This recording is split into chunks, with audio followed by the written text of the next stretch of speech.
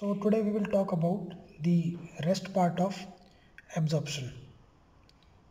So in this part, first we will talk about roots of drug, then we will talk about Henderson-Hasselbalch equation, then bioavailability, bioequivalence. First we will talk about routes of drug. सबसे पहले हम roots of drug की बात करेंगे. Basically हमारे दो root of drug होते हैं, एक लोकल एक सिस्टेमिक. अब लोकल रूट्स ऑफ ड्रग कौन से हैं? हमने कोई भी ऑइंटमेंट ली और उसे हमने अप्लाई किया अपनी स्किन पे, तो स्किन के थ्रू एब्जॉर्ब होगी, तो वो तो ये हो गया लोकल में. दूसरा, कोई भी हमने आई ड्रॉप ली, आई के अंदर डाली, ये हो गया. तीसरा, कोई भी हमने ईयर ड्रॉप ली और वो ईयर के अंदर डाली, तो ये तीनों के तीनों हमारे किस में आते हैं? लोकल में. Apply ointment on skin. Second one, I drop for I. Third one, year drop for year. In systemic route, if we want any action of drug to any internal organ by blood, तो उसे हम कहते हैं systemic root. अब जो हमारा local route of drug है ये आगे फर्दर क्लासीफाई नहीं होता, लेकिन जो हमारा सिस्टमिक है ये आगे जाके फर्दर क्लासीफाई होता है, एक इंटरनल में एक पेरेंटल में. इंटरनल का मतलब होता है कि वो जो ड्रग है हमारा वो through GIT, gastro intestinal tract के थ्रू जाएगा और फिर आगे जाके वो लीवर के थ्रू होके फिर वो ब्लड में पहुंचेगा. लेकिन पेरेंटल का मतलब है कि हम उसे डायरेक्ट ही ब्लड में जाएगा. अब इंटरनल जो होता है उसके अंदर वो फर्दर आगे क्लासिफाइड होता है, एक ऑरल में और एक रेक्टल में. अगर हम किसी ड्रग को ऑरली एडमिनिस्ट्रेट कर रहे हैं तो वो इंटरनल में आएगा, और रेक्टली कर रहे हैं तो वो भी हमारा इंटरनल में आएगा. अब पेरेंटल हमारा फर्दर क्लासिफाइड होता है दो में,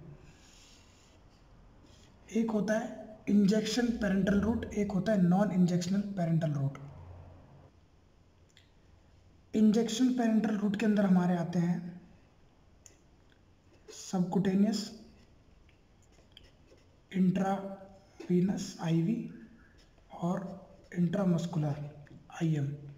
नॉन पेरेंटल के अंदर हमारे आते हैं सबलिंगुअल,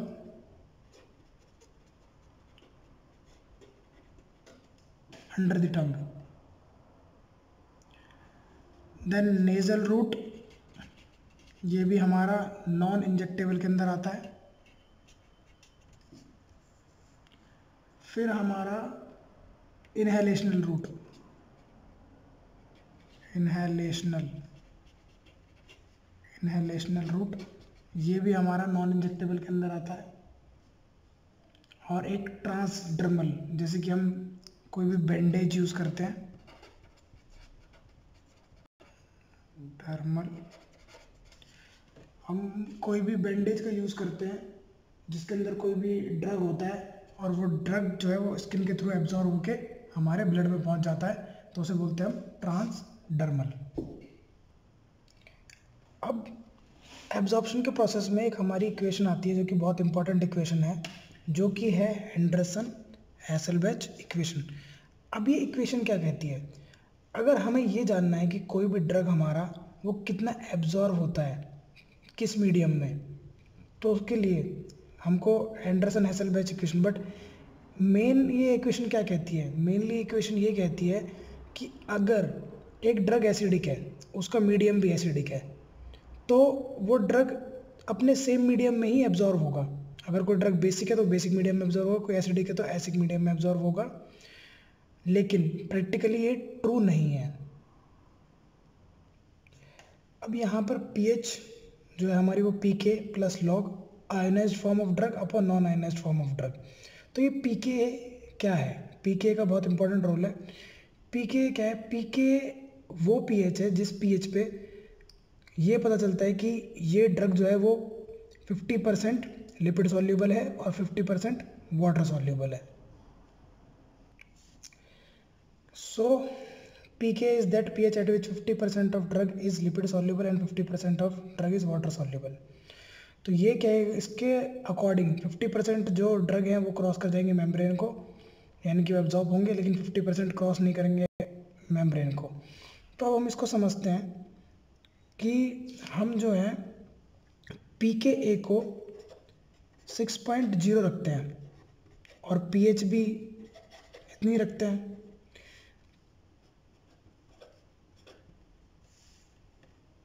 तो अब हमने यहाँ पे 3 pH ले लिए हैं, 5.0, 6.0, 5, 6, 7। तो अब ये लिपिड सॉल्युबल और वाटर सॉल्युबल ड्रग, अब हम इससे पता करेंगे कि ड्रग कितना लिपिड सॉल्युबल होगा, कितना वाटर सॉल्युबल। अब जो हमने pKa को 60 रखा है, तो हमें पता है pKa को हमने 6 रखा है, तो pKa वो pH है जिस पे 50% ड्रग वाटर सॉल्युबल होगा, 50% ड्रग लिपिड सॉल्युबल होगा। तो ये तो यहाँ लिख देते हैं कि भाई ये 50%, ये 50%, तो ये 50% ये 50% जो है क्रॉस करेगा और 50% क्रॉस नहीं करेगा। तो अब ये pH कम हो रही है, pH कम हो रही है तो मतलब वो ज़्यादा एसिडिक है, ज़्यादा एसिडिक है तो मतलब वो ज़्यादा क्रॉस करेगा, तो 90% क्रॉस कर जाएगा और यहाँ पर 10% क्रॉस नहीं करेगा। अब 7 जो है, 7 को वैसे तो हम न्यूट्रल मानते हैं, लेकिन यहाँ पे हम pKa को हम बेस लाइन मान रहे हैं, तो जो हमारी 7.0 हम उसको न्यूट्रल नहीं मानेंगे, हम उसको बेसिक मानेंगे, बेसिक। तो यहाँ पे ये बेसिक है तो ये 10% लिपिड सॉल्युबल होगा, 90% वाटर सॉल्युबल। लेकिन प्रैक्टिकली ऐसा नहीं होता है। प्रैक्टिकली जो हमारे लिपिड सॉल्युबल है और वाटर सॉल्युबल है वो दोनों के दोनों ही मेम्ब्रेन क्रॉस करते हैं, वो दोनों के दोनों ही एब्जॉर्ब होते हैं।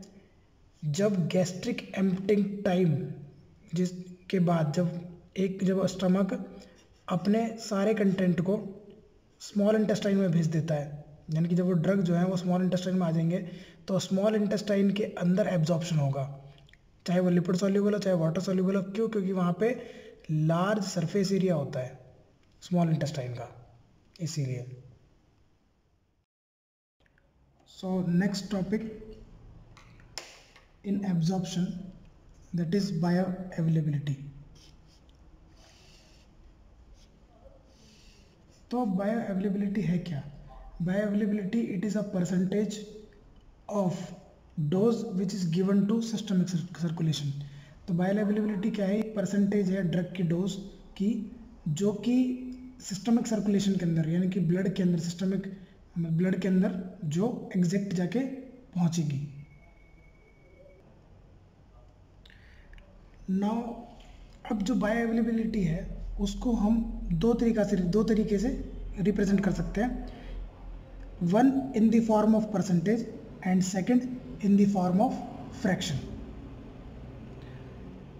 तो अब हम ये जान लेते हैं कि बायो अवेलेबिलिटी जो है वो इंट्रावीनस रूट से कितनी होगी और ओरल रूट से कितनी होगी।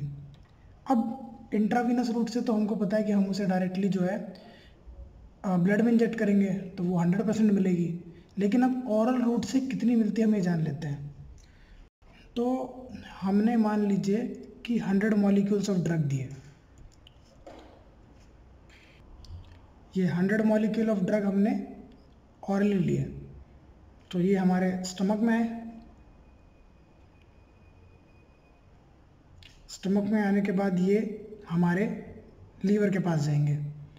तो अब ये जो हैं ये ड्रग, इसमें से 100 मॉलिक्यूल्स में से सिर्फ 80 मॉलिक्यूल ही लीवर के पास पहुँचे, बाकी 20 मॉलिक्यूल्स एक्सक्रीट हो गए, 20 molecule excrete out, 80 molecule liver के पास पहुँचे। अब लीवर जो है यहाँ पे मेटाबॉलिज्म करेगा, और लीवर जो है वो एक मगरमच्छ की तरह है, मतलब वो इतना ज़्यादा उसको मेटाबोलाइज कर देगा ड्रग को कि उसके सिर्फ और सिर्फ जो है हमारे मतलब वो 30 मॉलिक्यूल को वो मेटाबोलाइज कर देगा, और जिसमें से हमें सिर्फ और सिर्फ सिस्टमिक सर्कुलेशन में कितने मिलेंगे? 50 molecules.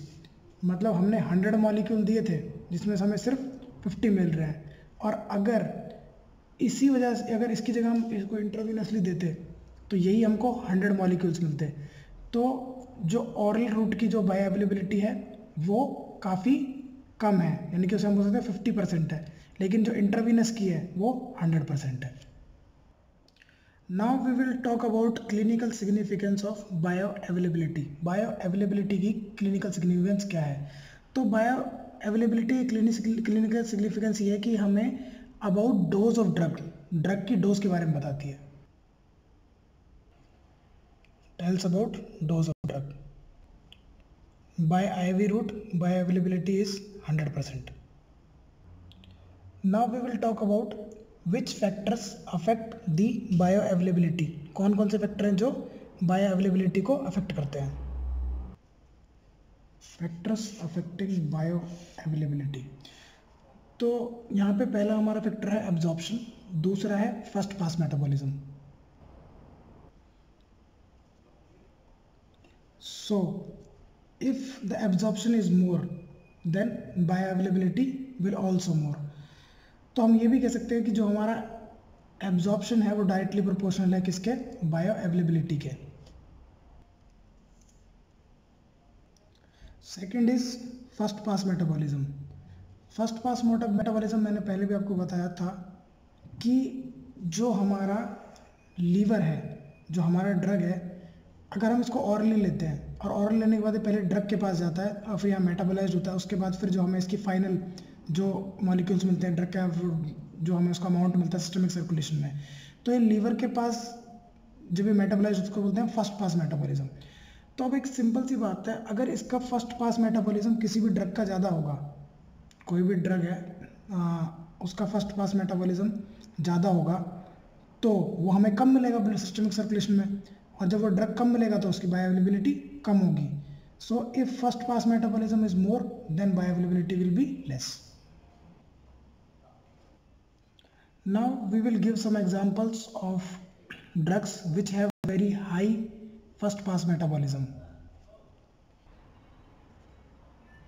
Drugs which have very high first pass metabolism. So we will learn this. अब हम इसको याद करेंगे एक फॉर्मूले से, यानी कि LPG से हम इसको याद करेंगे। LPG। L stands for lignocaine. अब जो ये लिग्नोकेन है ये हमारा एंटी अरिथमेटिक और लोकल एनेस्थेटिक ड्रग है। Then P stand for propranolol. P stands for propranolol, and जो प्रोप्रेनालॉल है हमारा ये बीटा ब्लॉकर है। Then G stands for glyceryl trinitrate, and this glycerol trinitrate we will used in angina attack। जब angina attack के time पे हम इसको यूज़ करते हैं, और ये वो ड्रग है जिसको हम सबलिंगुअली यूज़ करते हैं, मतलब टंग के नीचे रख के यूज़ करते हैं। अब मान लीजिए आपसे एक क्वेश्चन पूछा जाए कि which drug have good absorption but poor bioavailability, तो वो ड्रग है हमारा प्रोप्रेनालॉल। ये एक ऐसा ड्रग है जिसका गुड एब्जॉर्प्शन है, एब्जॉर्प्शन काफ़ी अच्छा है, लेकिन उसकी बायोअवेलेबिलिटी बहुत ही कम है। हाँ सॉरी, अगर यही क्वेश्चन मतलब पूछा जाता है कि which have good absorption but poor bioavailability, तो पुअर बायोअवेलेबिलिटी, तो ये तीनों ही ड्रग ऐसे हैं जिनका गुड एब्जॉर्प्शन है लेकिन उनकी पुअर बायोअवेलेबिलिटी है। सिर्फ प्रोप्रेनालॉल नहीं, बाकी ये तीनों हैं। तो अब इनमें से हम एक एग्जांपल ले लेते हैं ग्लिसरल ट्राइनाइट्रेट का। तो अब मान लीजिए कि हमको ये ड्रग देना है, अब किसी को एंजाइना अटैक आया, हम उसको ये वाला ड्रग देना है और हम इसको ऑरली देंगे। तो ऑरली देंगे तो बायोअवेलेबिलिटी हमें मिलेगी नहीं ज़्यादा, क्योंकि इसका एब्जॉर्प्शन तो गुड है लेकिन बायोअवेलेबिलिटी जो है पुअर है।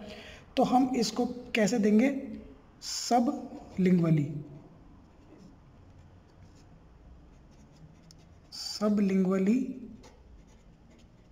हम इसको देंगे। अब हम पढ़ते हैं कि जो सबलिंगुअली जो ड्रग होते हैं उनके एडवांटेजेस क्या होते हैं। सो एडवांटेजेस ऑफ सबलिंगुअल रूट्स, तो इसके एडवांटेजेस होंगे कि एक तो इसका कोई फर्स्ट पास मेटाबॉलिज्म नहीं होगा, क्योंकि ये हमारा लीवर के अंदर जाएगा नहीं, क्योंकि ये डायरेक्ट सबलिंगुअल जो हमारी टंग के नीचे जो वेन होती है उसके हम जब रखेंगे तो सीधा उसको एब्जॉर्ब होगा और ये सीधा हार्ट के पास चला जाएगा। तो इसका लीवर के पास जाएगा नहीं, तो फर्स्ट पास मेटाबॉलिज्म तो होगा नहीं। तो दूसरी चीज़, we can use this drug in emergency case easily. अब एमरजेंसी, मान लो कोई भी इंसान है, कोई कहीं फैक्ट्री में कहीं किसी भी जगह पे काम करता है और उसको वहाँ पे हार्ट अटैक आया, अब वो खुद से तो इंजेक्शन ले नहीं सकता, या डॉक्टर के पास जाएगा तब तक तो उसकी डेथ हो सकती है, हॉस्पिटल जाएगा तब तक डेथ हो सकती है। तो एमरजेंसी केसेस में वो खुद से उस मेडिसिन को अपने टंग के नीचे रखेगा और ईजिली उसको उसका इफेक्ट मिल जाएगा। दूसरा, सेल्फ एडमिनिस्ट्रेशन, खुद ले सकता है, सेल्फ एडमिनिस्ट्रेट कर सकता है। तीसरा, टर्मिनेट, वो उसके इफेक्ट को टर्मिनेट कर सकता है। वो कैसे? जैसे कि उसने वो ड्रग लिया और वो ड्रग लेने के बाद कुछ टाइम बाद उसका अटैक जो है वो ख़त्म हो गया। अब या तो वो उस ड्रग को इंजेस्ट कर सकता है या फिर वो उसको स्पिट कर सकता है, थूक सकता है। जब उसका वो इफेक्ट मिल जाए तो उसको टर्मिनेट कर सकता है।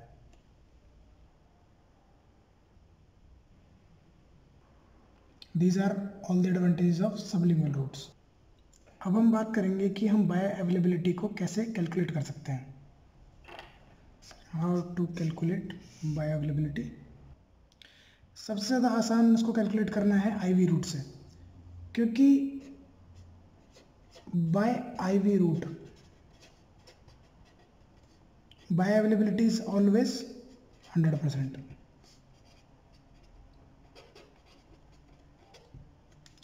लेकिन ऑरल रूट के अगर हम थ्रू लेते हैं तो हमको 50% भी मिल सकती है, 30 भी मिल सकती है, 70 मिल सकती है। इट डिपेंड्स ऑन कि कितना उसका मेटाबॉलिज्म होगा, कितना नहीं होगा। तो अब हम इसको समझने के लिए हम दो इसमें ग्राफ प्लॉट करते हैं, plasma concentration versus time graph.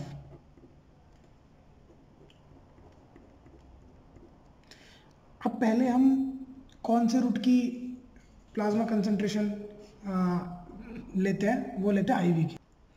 तो हमने आईवी रूट की ड्रॉ की, क्योंकि आईवी रूट की 100% होती है, और हम इसको इस बायो अवेलेबिलिटी को एवरी 30 मिनट के अंदर चेक करेंगे। तो हमने इसके लिए, तो इसके लिए हमें ये ग्राफ मिला, ये वाला एरिया अंडर दी कर्व। अब इसी को हम क्या करते हैं, हम लेते हैं, ये थी हमारी IUC IV, यानी कि हमने ड्रग IV के रूट के थ्रू दिया, और ये है हमारी जब हमने उसी ड्रग को ओरल रूट के थ्रू दिया। तो अब हम ये वाला एरिया करते हैं cover, area under the graph. तो यहाँ पे एरिया अंडर द ग्राफ ज़्यादा है तो उसकी बायोअवेलेबिलिटी ज़्यादा है, यहाँ पे एरिया अंडर द ग्राफ कम है तो उसकी बायोअवेलेबिलिटी कम है। So now we will talk about bioequivalence. Bioequivalence क्या होता है? बायो इक्विवेलेंस, तो बायो इक्विवेलेंस के बारे में हम तब बात करते हैं जब हम दो ड्रग्स की बात कर रहे हों और वो दोनों ड्रग्स सेम ब्रांड के हों। तो अब हम इसमें एग्जांपल ले लेते हैं। दो कंपनीज हैं जो एक ही ड्रग बनाती हैं लेकिन अलग अलग नाम से बनाती हैं। जैसे कि उन्होंने एस्पिरिन बनाया, लेकिन एक कंपनी बनाती है एस्पिरिन को डिस्पिरिन के नाम से, एक उसी को बनाती है इकोस्पिरिन के नाम से। अब बात ये कि ये दोनों ड्रग बायो इक्विवेलेंस होंगे या नहीं होंगे। एस्पिरिन एक ही ड्रग है, इसको दो कंपनी बनाती है, डिस्पिरिन के नाम से, इकोस्पिरिन के नाम से। अब जो डिस्पिरिन है इसकी प्लाज्मा कंसंट्रेशन जो है वो 100 मिलीग्राम पर DL है, ठीक है, प्लाज्मा कंसंट्रेशन। और जो इकोस्पिरिन है इसकी 90 mg पर DL है। अब क्या ये बायो इक्विवेलेंस होंगे? नहीं। बायो इक्विवेलेंस होने के लिए हमें क्राइटेरिया बनाना पड़ता है, क्राइटेरिया रखना पड़ता है कि इतना ये इनके प्लाज्मा कंसंट्रेशन में इतना ऊपर नीचे हो जाए तो ये बायो इक्विवेलेंस हो। तो हमें क्राइटेरिया बना देते हैं, मतलब एक क्राइटेरिया बना देते हैं कि भाई प्लस माइनस 20 अगर इतना हुआ तो ये बायो इक्विवेलेंस होंगे। मान लीजिए या तो ये 80 हो, ठीक है, -20, या फिर 120 हो तो कोई प्रॉब्लम नहीं है। लेकिन अगर इससे और कम या और ज़्यादा हुआ तो हम इनको बायो इक्विवेलेंस नहीं कह पाएंगे। अब हमारे एक्सेप्शंस जो होते हैं वो तो हर जगह होते हैं, तो इसमें भी एक एक्सेप्शन है। मोस्टली बहुत सारे ड्रग जो होते हैं वो बायो इक्विवेलेंट होते हैं, लेकिन उनमें भी एक एक्सेप्शन है। उस एक्सेप्शन का नाम है फिनिटोइन। तो जो हमारा फिनिटोइन है ये हम सीजर्स के केस में देते हैं, इनके जब दौरे पड़ते हैं उसके केस में देते हैं। तो फिनिटोइन जो है ये ड्रग एक कंपनी इसको बनाती है डिलेंटिन के नाम से, एक कंपनी बनाती है एप्टोइन के नाम से, लेकिन ये दोनों कभी भी क्या होते हैं, बायो इक्विवेलेंट नहीं होते। अब मान लो कि एक पेशेंट है, वो केमिस्ट के पास गया, उसने बोला कि भाई मुझे आप जो है फिनिटोइन दे दो, ठीक है। तो पहले वो जो है फिनिटोइन लेता था भाई, लेकिन अब क्या हुआ कि उसने केमिस्ट ने कहा कि भाई फिनिटोइन तो है नहीं, लेकिन मेरे पास उसी ड्रग की सेम वही ड्रग है लेकिन दूसरी ब्रांड का है, एप्टोइन का है। अब वो उसको लेके गया, उसने उसको यूज़ करना स्टार्ट किया, एडमिनिस्ट्रेट करना स्टार्ट किया, लेकिन पहले उसका सही चल रहा था, उसको सीजर्स नहीं आ रहे थे, लेकिन अब देखा उसने तो 3 हफ्ते बाद या 4 हफ्ते बाद, 1 महीने बाद उसको फिर से सीजर आने लगे। तो फिनिटोइन एक ऐसा ड्रग है जो कि एक एक्सेप्शन है।